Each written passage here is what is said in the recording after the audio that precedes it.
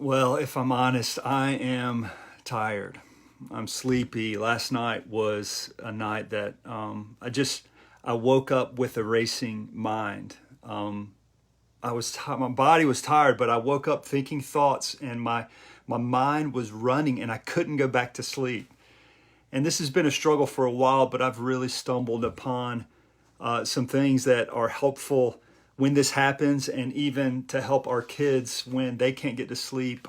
So I have some thoughts, just 5 or so minutes to share, and I'm excited to actually do that at night, which I think is fitting. And it's I think it's appropriate. This is so important, our sleep, and doing it in a healthy way. The Hebrews back in the biblical times, they actually saw that the day started the night before. In other words, time with family at night and then sleep was actually the beginning of a day. That was the most important thing, was to sleep first and then wake and do work. And that just says a lot about the importance of sleep, of how God in that culture spoke to the importance of sleep being the first thing that you do to begin a day. And the other reason I think that's so important to have just such a healthy lifestyle of sleep is because so many physical and mental problems stem from not sleeping. And so this is a very important issue. And I know that there's a lot of biological reasons for people not sleeping. But I just want to come to the table with some spiritual thoughts and some biblical ideas that will help us in that moment, when we can't turn off our mind in the middle of the night, 3 or 4 o'clock in the morning, when our mind starts to race. There's actually some things that we can do that are spiritual practices for drifting back off to sleep. This is really near and dear to my heart, this theme of spirituality and sleep.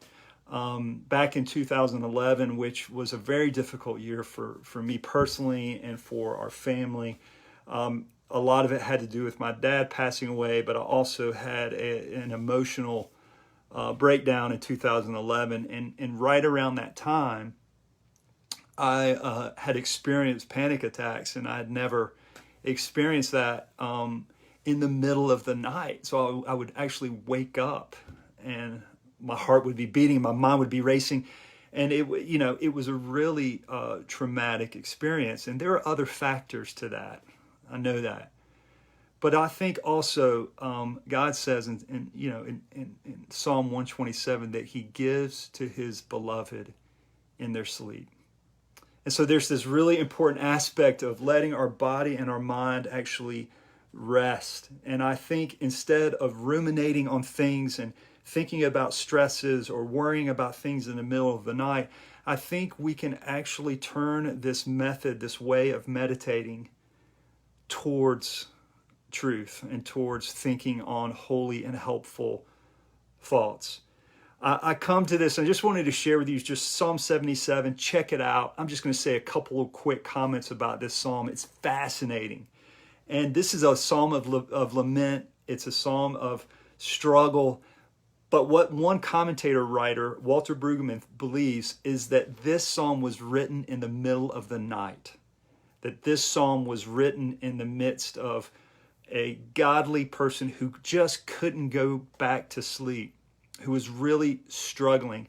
Verse 2 says, "In the night, my hand was stretched out." In other words, I was really trying to just take on life and think through things. My soul was not comforted. My spirit was faint. And verse 4, I think, really clues us into this. "You hold my eyelids open, for I am troubled." I can relate to that. I don't know if you can. Verse 6, "I tried to meditate," he goes on, "and tried to sing, but he just couldn't." And he began to ask, verse 7, verse 8, "God, where are you? Has your love stopped?" And I think in the middle of the night, when we are tired, we are vulnerable to not believe. And we allow ourselves to maybe consider that God is not around. And I think that's what's happening here in Psalm 77. And then there's this long pause, this deep breath. And instead of turning around in your bed, there's this soul turning back to God.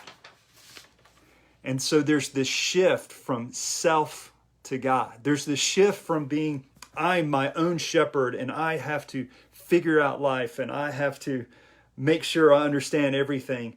There's this shift from me being on point to God.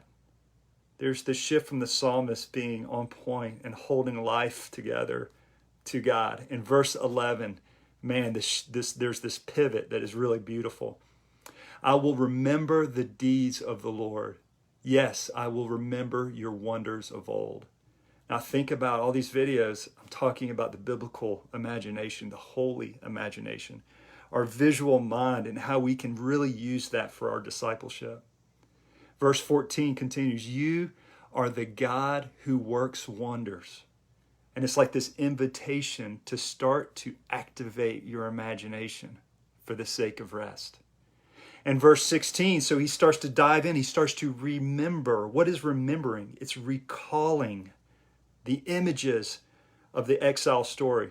So when the waters saw you, so just think of the people leaving Pharaoh, escaping, and they come to the waters. And this is what the psalmist just chooses to remember and begin to meditate on. When the waters saw you, O God, when the waters saw you, they were afraid. Isn't that a trip? And oftentimes, I've thought about my kids when they were younger. They're like, there's monsters in the closet. There's something under my bed. And I think it's an accurate thought to say, you know what? That monster is terrified because God's presence is with you. The great shepherd is here. The psalmist says, the waters saw you and were afraid. The deep trembled. The lightning, the earth shook. So you're imagining a real historic occurrence of what God had done. And verse 19, man, this is perfect for the COVID world. It says, God, your way was through the sea, your path through the great waters, yet your footprints were unseen. And God goes straight into difficulty. Difficulty is terrified of God, the great shepherd. So my whole point in sharing these things, and I think how we can help our kids, how we can help ourselves to go back to sleep, is what if we used our ability that our mind has to race, to ruminate, to run? What if we use that visual capacity to turn and ruminate on God and his wonders? So what if we turned our mind to all the scenes of God working? It could be the scenes of exiles. It could be the scenes of Jesus reaching down, kneeling, being with people who are sick. Jesus, the great shepherd, walking with people with these kind eyes and this careful concern. What if we used our mind in the middle of the night or even before we go to bed to let our mind run and race straight into the shepherd's arms? What if we did that? That's why I love talking about this, because this is ours to take. And it's just like Psalm 23. The shepherd leads you by quiet waters. What a great thought to have right before you go to bed.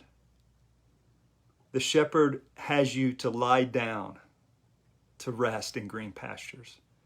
What if we woke up at 4 o'clock in the morning and we just imagine ourselves with the great shepherd who's leading us to these calm and still places? What if we used our imagination for that? This is not counting sheep. This is considering the great shepherd and his presence with us, which is real but unseen. His footsteps will not be seen, but he is still real, and he's still working.